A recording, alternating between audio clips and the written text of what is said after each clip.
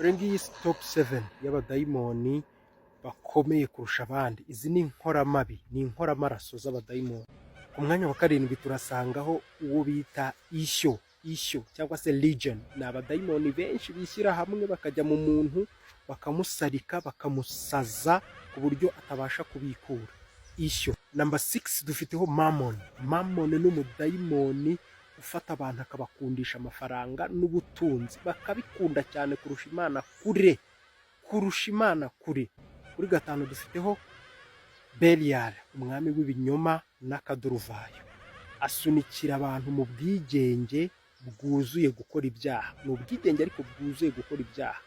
Ku mwanya wa 4 dufiteho Asmodeus, umwami w'irari rikabije. Ateza irari rikabije, aho ufata urukundo ukarusimbuza ubusambanyi no kwicana. Abantu bakicana mu rukundo.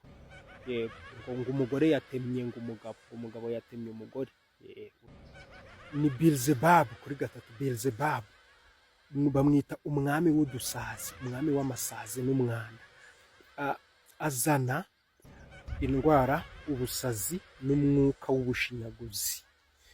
Rero wibuke ko dukora filime kuri ibi bintu. Dukoraho filime, ntuza link iba kuri profile y'iyi TikTok, kandi na channel niriya iri hejuru. Filime yitwa Malaika Series.